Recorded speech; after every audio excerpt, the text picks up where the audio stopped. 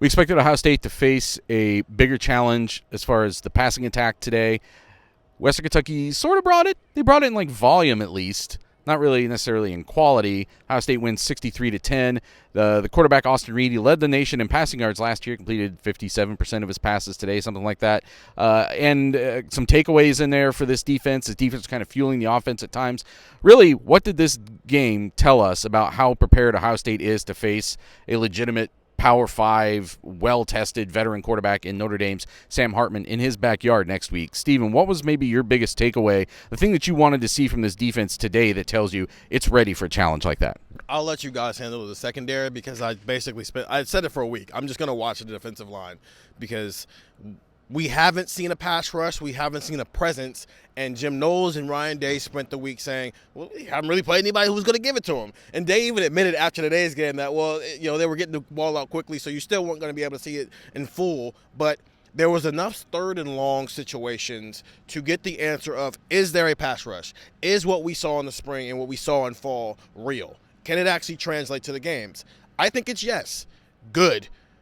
It's going to matter a week from now when you're actually going to play somebody where it actually has to matter. We saw the floor today, I think, of this pass rush. Next week, your ceiling's going to get tested against Blake Fisher and Joe Alt, one of which is a guaranteed first-round draft pick, and the other guy who's been impressive as well. So, as Ryan Day said it, they wanted to build momentum going into the Notre Dame game. I don't think any group needed that more on defense than the defensive line, and I saw enough today that lets me feel like, okay, maybe it gets to a ceiling a week from now when it absolutely needs to get to that ceiling.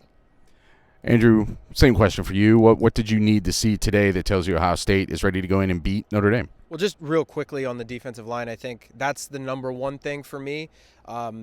Basically today what happened was Ohio State got like a B+ in pre-algebra or an A in pre-algebra, and next week's algebra. Next week you're going to go up a level, and you've got to do well against that. But I think the thing that I saw today is turnovers. That is how you beat a team in any sense, right? I mean, anytime you talk about a football game in a close game like that, you hear Ohio State say a lot of matchup game. A couple of plays are going to decide it, and turnovers are going to matter, but especially against Notre Dame, because what do you think Notre Dame's game plan is next Saturday? They're going to try and take what Michigan did or has done the last 2 years. They're going to try to thump you over the head. And when you can put Notre Dame in a couple different tough positions, if you make Notre Dame go down 10-0, 14-0, 21-10, something like that, if you put them down a couple different possessions, are you, like, Sam Hartman's really good. Are you going to feel real threatened by Notre Dame's receiving corps? You're not. So turnovers are how this is going to happen, I think, for Ohio State next week. If you're able to do that, I think that's going to be a real big impact on next week's game. So if you can replicate this performance next week, I have a really hard time seeing how Ohio State doesn't leave Notre Dame with a win if you can get some turnovers. There's some turnover momentum building. Denzel Burke having the pick the week before against Youngstown State, and then what they did tonight.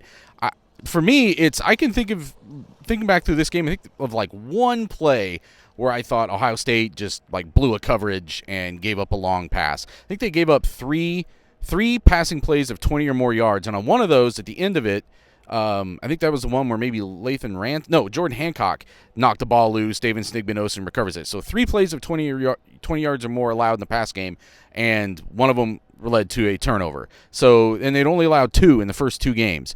There's no game out of like 40 pass attempts, whatever they faced. Like, that's a ratio Ohio State's going to take every game against any opponent. And if they do that against Notre Dame, if they're limiting those big plays against Notre Dame, I think they're going to win. If they're giving up what happened last year, if Notre Dame's able to gash out big gains, especially ones that result in touchdowns, you're putting a lot of pressure on this offense that looked great today, but is going to have a bigger challenge next week at Notre Dame. So something to keep an eye on. We're going to talk about this a lot more on Buckeye Talk, and get the text 614-350-3315. Anything that we hear all week leading into this big top 10 matchup at Notre Dame, that's where we go with it first from Buckeye Talk.